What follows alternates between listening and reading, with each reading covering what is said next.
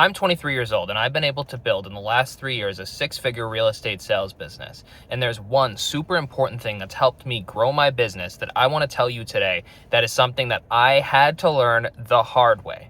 So I want to talk to you about this today. I want to help you build. I want to help you grow. If you don't believe me, totally fine. You could click off this video now. Don't waste your time. If you're actually into business, if you're actually an entrepreneur, if you actually like this kind of stuff, if you actually want to grow something cool, stick around because I have some really good game for you to talk about today. So with no further ado, the biggest thing that I have learned in business is scared money don't make money. And I know that it's like stupid and it's cliche, but it's totally true. When I started in business, I was consistently making $5, $8, $10, $12,000 a month, and I was loving it. I was like, I want this 10K check every single month, no problem. I'll take this and I'll bank it. I'll do all the work myself. I don't have to invest in the business. I'll just keep doing this the speed that I'm doing it. I'll make $100,000 a year and that's that. It's all good. But what I will say is over time as a business owner, I started to get, busy, very busy. And over time, I got to a point where I could not do all the work by myself. And I had to hire an employee and I did not want to. You know what I mean? I didn't want to cut a check for myself for 7 G's and cut a check for somebody else for 3 to do the rest of the work. I wanted it to be all for me. And over time, I realized that if I didn't have a good service and I didn't have a good product, then people weren't going to buy from me anymore. My current clients weren't going to come back. The people that, I want to serve, I wouldn't be able to serve them at the highest level because I'm out working over here, I'm out working over there, and I don't have time to service everybody. So once I actually just made the decision to hire somebody, and I'm like, screw this, I'm just going to hire someone. It was the best decision I've ever made because from that point, I learned that I can leverage other people's work just like you can leverage other people's money. You leverage other people's work to build something for yourself. And it's not necessarily like taking advantage of other people. I wouldn't even say necessarily. It's not by any stretch taking advantage of other people. You are paying somebody else's bills, helping them pay their rent, helping them pay for their food, helping them, have a job, right? And that's really cool. Like, that's notable to feel like you are not only helping people, grow and become better through your employment, but also you are helping them be part of the economy and be employed and have a good life and give them benefits and give them raises and all those good things. It's super, super, super important to learn how to leverage other people because what I didn't realize is that I didn't want to pay this person $3,000 a month to go and do this and do that and whatever. But what I didn't realize is if I could pay this person $3,000 a month, what if they made me $6,000 a month? What if they made me $10,000 a month? And then I just keep paying them $3,000 a month. I'm making $7,000 off the work. You know what I mean? I'm netting $7,000. If they make me $10,000, I'm netting $7,000 off of their work. And I'm still bringing in the same 10K from the work that I was doing. Right? So I capped out and I started to realize after some time, oh my gosh, like this is working. I hired somebody, I gave them the right task to do, and they started making me money. And once they started making me money, it was like a no-brainer. It's like, okay, wait a minute. How many people can I hire? You know what I mean? Like if it's a net positive having this person around, then it's great. It's awesome. You know what I mean? So that was the first really big piece about this scared money don't make money part. But the next thing that I really missed on that was investing in the business just in general, and that kind of lands under having these employees. But I didn't want to put expenses into the business, because I wanted a fatter bottom line. I wanted, to not have to pay the expenses that I didn't need to pay. But what I started to figure out down the line is that the bigger my bottom line is, right, the bigger my tax bill is. And yes, I have write-offs and, tax depreciation, anything else that you could work on in order to have a lesser of a blow when you're paying your taxes. But in the end of the day, what I didn't realize is that you invest in the business, right? You put that money back into the business. You don't get taxed on that money. and you have a bigger animal at the end of the year, right? You have a bigger animal of a business. If you invest in the business, you will have a bigger and a better business. So I was afraid to invest money in the business. I was afraid to buy nicer things for the business, have, I don't know, nicer supplies, nicer vehicles, whatever.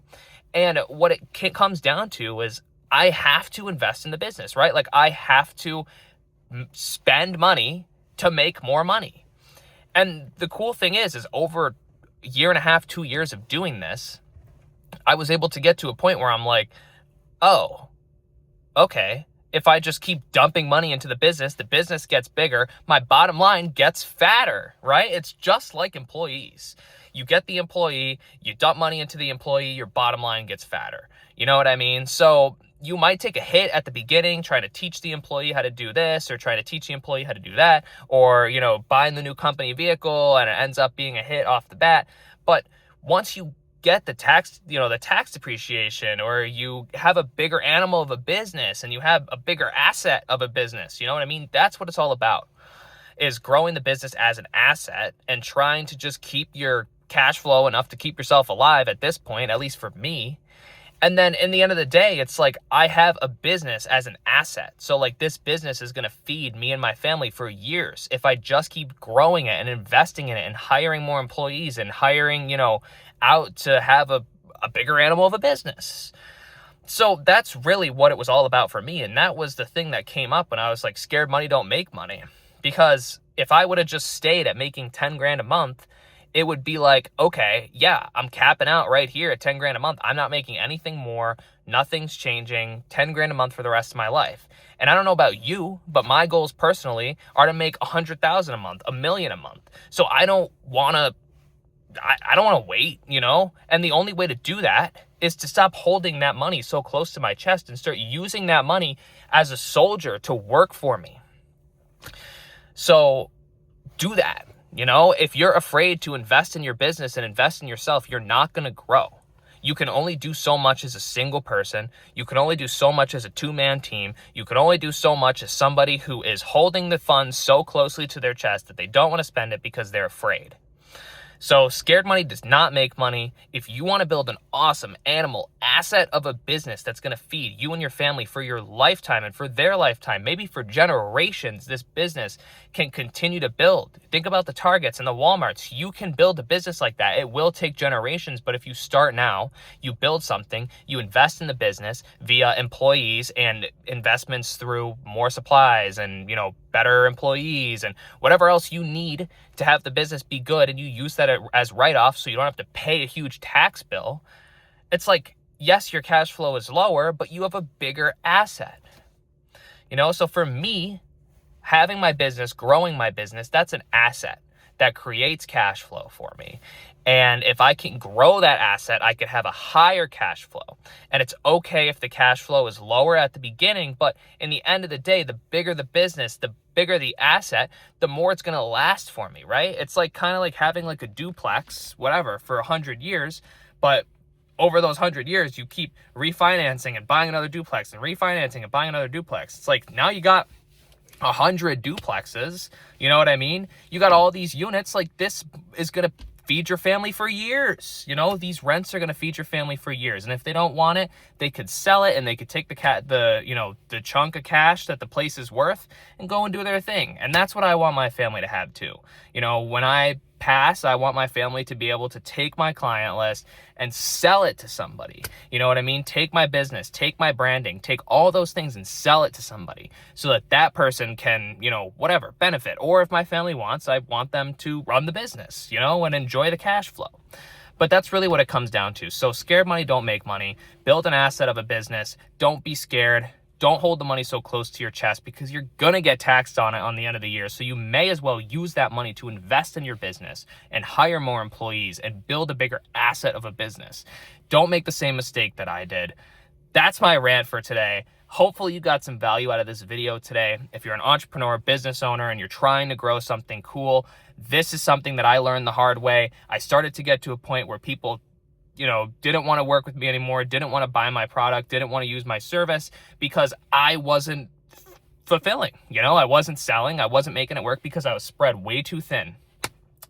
And you start to realize when you hire these employees, they start kicking stuff out the door. They're getting it done. When you get the right employees, it's like they're running all circles around you and you're like, this is awesome. You know, so don't learn what I learned the hard way. Don't get fired a couple times before you have to start hiring people and realizing what you actually have to do. Don't just listen to me now. Take my word for it. Trust me, it'll be worth it. You'll have a lower tax bill. You'll have employees. You'll have a bigger asset of a business. You'll help people in the economy. You'll help people pay their rent. You'll help the job market. You'll build your business. All good stuff. So don't make the same mistake that I did. Hopefully you enjoyed this video today. If you did, leave a comment down below.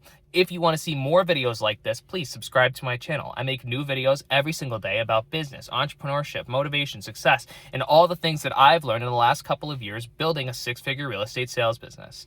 Okay, I'm not perfect. I'm not the end-all be-all. I don't know everything, but I will tell you that I've learned some cool stuff, and I do want to help you learn some cool stuff. So if you want to see more of me, please subscribe down below. If you want to support me and my channel and my content and get this to more people, because the goal of this channel is to help you and other people who are just like us, leave a thumbs up, subscribe, and share this video. And until next time, thank you so much. Let me know in the comments if this video helped you today. Let me know in the comments if you made it to the end. Thank you to all my people who are constantly in the comments saying hello. I love you guys so much. Thank you, thank you, thank you, thank you so much. You are awesome. And until next time, I'll see you tomorrow.